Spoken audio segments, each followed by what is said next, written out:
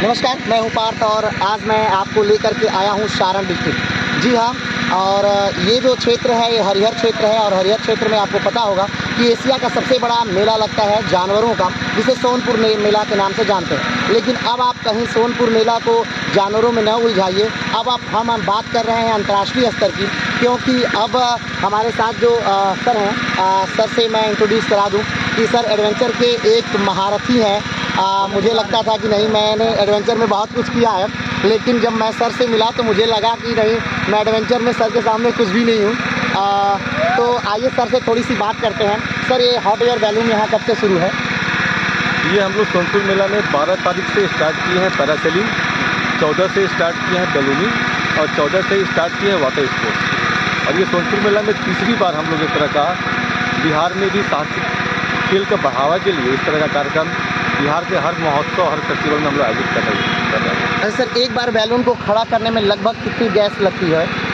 एक cylinder 19 litre का एक सिलेंडर जो है उसी बैलून को खड़ा करने में लग जाती है, क्योंकि मेन जो है उसको हीट करके खड़ा करना ही होता है। एक बार हीट होने के बाद हल्का हल्का हीट पे वो अप एंड डाउन करता रहता है, अप डाउन करता रहता है। तो अब अभी जो चार्जेस रखे गए हैं लगभग का एक व्यक्ति के लिए अलग अलग पैकेज है। अगर एक 4 आदमी का ग्रुप एक्टिविटी में आता है तो उसकी कीमत है 4000 रुपये। और सिंगल आते हैं तो सिंगल हर एक्टिविटी का कॉस्टिंग अलग अलग है।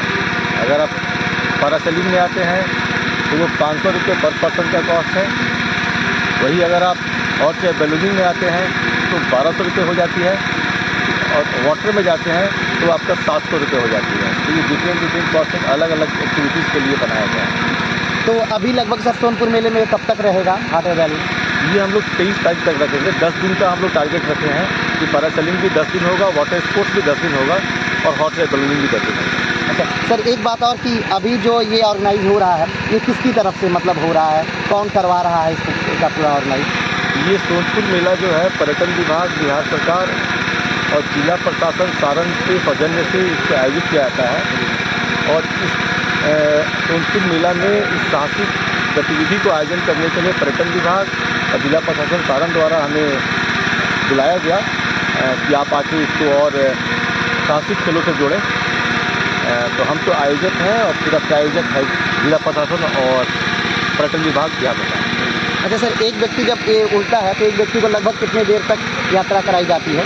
टाइमिंग नहीं होता है इसमें। ये आप देख रहे होंगे कि बैलून को 3 तरफ से बांध दिया गया है और एक रस्सी की, क्योंकि आप माउंटेनियर हैं, आप लोग को आइडिया होगा कि एक जो रस्सी होती है वो आपकी 100 मीटर की होती है, यानी कि 300 फीट प्लस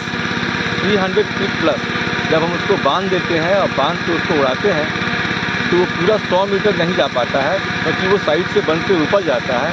तो आपको मान के चलिए कि 70 मीटर के आसपास वो हाइट पे जाता है। तो 7 या 21 200 प्लस आप फीट हाइट ऊपर जा रहे हैं। तो आप भी आइए और बिहार की इतनी ऊंचाई पर जा कर के पूरे सारण ज़िले को बहुत बेहतरीन तरीके से घूमिए। और आखिरी प्रश्न जो मैं सर से करना चाहूँगा थोड़ा सा पर्सनल है, लेकिन फिर भी मैं चाहूँगा कि सर थोड़ा सा अपने बारे में हमारे दर्शकों को बताएं। हम दयाशंकर मिश्रा हैं, रहने वाले बिहार के ही हैं, आरा जिला के। लेकिन जिस तरह रोजी रोटी के चक्कर में लोग अपना स्टेट छोड़ के बाहर जाते हैं, हमारे पापा, हमारे दादाजी भी यहाँ से छोड़ के झारखंड चले गए। झारखंड जो कि पहले बिहार का ही पार्ट था, अब झारखंड हो गया है। तो जमशेदपुर में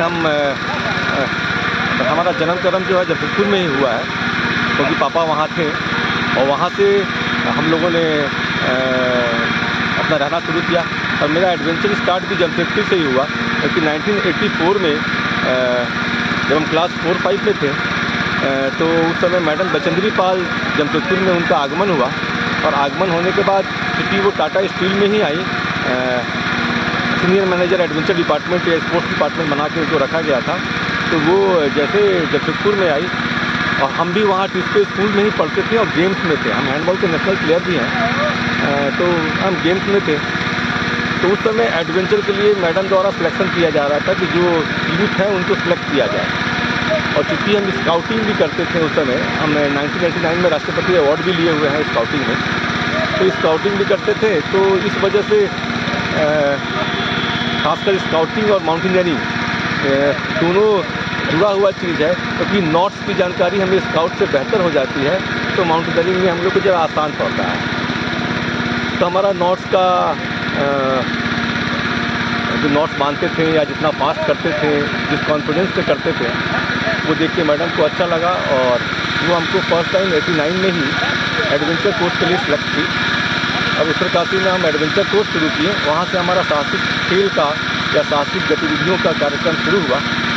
उसके बाद लगातार हम 92 में बेसिक माउंटेनियरिंग कोर्स, 93 में एडवांस माउंटेनियरिंग कोर्स, 94 में सर्च एंड रेस्क्यू, 95 में MOI, 97 में अल्पाइन स्टाइल क्लाइंबिंग, 97 में ही मैंने माउंटेन वर्ल्डनेस किया। 97 से लेकर 2001 तक हम 12 फॉरेन टीम को लिए एज ए लाइसेंस ऑफिसर उनके साथ गए। माउंट सतोपंथ, माउंट हनुमान टिब्बा, टिकिधर,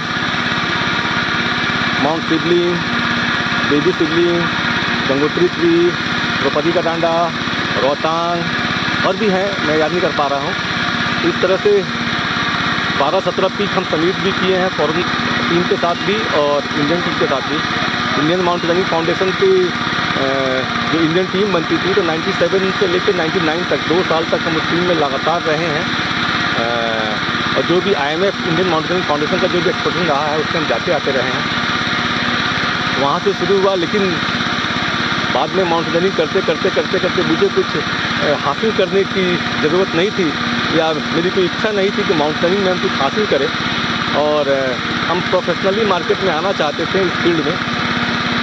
और माउंटेनियरिंग के बाद मुझे दिखा कि माउंटेन क्लाइंबिंग जब हम कर रहे हैं तो वो सिर्फ हम देख रहे हैं या हमारे साथ हैं सिर्फ वही देख रहे हैं। इसका कोई सर्टिफिकेशन, इसका कोई ये नहीं मिल पाता है आपको। हाँ, वही फ़ोटोग्राफ है जो आप उसको प्रूफ दिखा पाते हैं। और फाइनेंशियल भी इंडिया में माउंटेनियरिंग में फाइनेंशियल बड़ा मैंने सोचना पड़ता है, क्योंकि एक एक्सपोर्टिंग में एक इक्विपमेंट इतने महंगे हैं। तब आस्ते आस्ते अपना रूपरेखा हम अपनी टीम को लेकर साइड होना शुरू किए और 2007 में हम नेशनल एडवेंचर फाउंडेशन से जुड़े। नेशनल एडवेंचर फाउंडेशन के साथ जुड़ के हम एडवेंचर एक्टिविटी कराने लगे।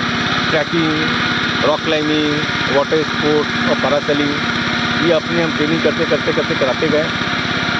और आज हम समझते हैं कि ईस्टर्न इंडिया में सबसे बड़े ऑर्गेनाइजेशन के रूप में काम कर रहे हैं हम, एक्टिविटी ऑर्गेनाइजेशन। यही छोटा सा सफ़र है। मतलब कि हमेशा ऐसा होता है, मेरे साथ अभी कभी ऐसा पहली बार हो रहा है कि मुझसे ज़्यादा 30 मार्क हाँ मेरे सामने खड़े हैं, क्योंकि और कई चीज़ें हैं सिमिलर जो मेरी और सर से मिलती हैं कि स्काउटिंग मैंने भी किया और मुझे भी राष्ट्रपति मिला 2015 में, लेकिन मिला और सर को बहुत पहले मिला। मैंने फिर रोवरिंग किया, मैंने NCC किया, लेकिन सर ने सच में खुशी ग्रेट हो। आपका डेट ऑफ बर्थ क्या है? 1194। आपके जन्म से 5 साल पहले राष्ट्रपति अवार्ड लिया है। वही तो मैंने कहा कि मुझसे ज़्यादा 30 मार्क हाँ मेरे सामने हैं और मुझे ऐसा पहली बार फील हुआ कि मुझसे भी ज़्यादा 30 मार्क हाँ यहाँ पे हैं, मतलब इस पृथ्वी पे हैं लोग।